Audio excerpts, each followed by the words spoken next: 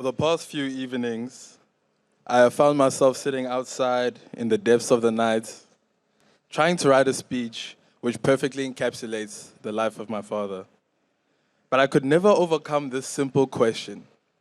How does one write a finite speech about someone whose impact and legacy is timeless? It's like trying to put the ocean in a bottle. You can take a glimpse, but you'll never capture the whole picture. I could stand here and recount his achievements, the milestones he reached, or the many roles he played. Father, husband, friend, but to do so would only scratch the surface. Good afternoon to all protocol observed. Good afternoon, Mr. President. Thank you for being with us here this afternoon. My name is Sello Mboweni, and we are gathered here today to honor and remember my father, a man whose presence filled the lives of so many, and whose spirit will continue to live on in all of us. As I sat there during those evenings, I realized that no speech could ever truly capture his essence. His life was full of love, laughter, wisdom, and quiet strength. And trying to sum that up in a few words feels impossible. But today, I'll do my best to share a small piece of the man we all knew and loved. My father was a man who took life's punches with resilience and humor. He was never one to dwell on the past or be held down by regrets. I think that's one of the greatest lessons he has left us. He believed that life was for living, for laughing, and for forgiving. Not just others, but yourself as well. He taught me that if you're going to make mistakes, make them fully and own up to them with dignity, and even with a bit of a smile. But what I'll miss most about my father isn't just his humor or his resilience, it's the small moments.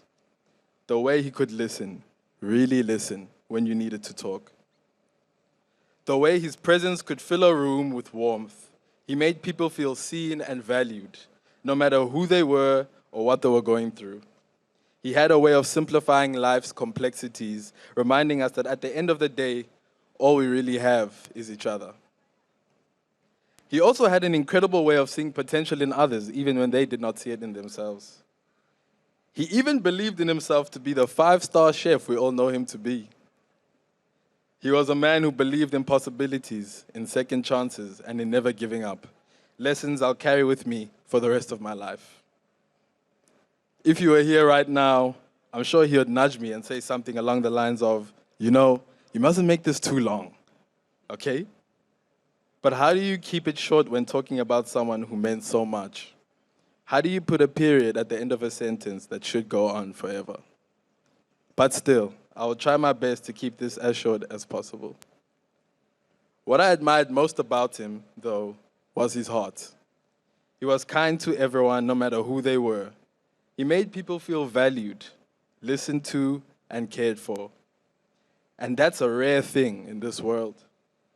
He taught me that at the end of the day, what matters most is not what you have achieved or what you've accomplished or what you have, but it's how you make people feel. And my dad made us all feel important. My father lived with a sense of quiet pride and defiance. He faced life's challenges with his head held high, never wavering in his beliefs or his love for those around him. He gave so much of himself to us, his time, his energy, and most importantly, his love. He gave so much love to his family, brothers, myself, my mother, and Dumi and Bule's mother. And while he may no longer be with us in body, his spirit remains. His legacy doesn't end here. It lives on in the stories we'll tell, in the laughter he brought us, and in the lessons he passed down. Like one of my father's favorite songs, Kevin Barry, his life will continue to resonate through all of us.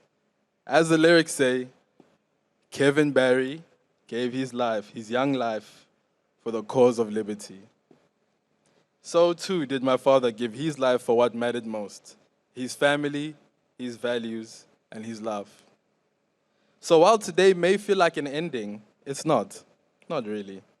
His spirit is too big, too full of life, to ever truly be gone.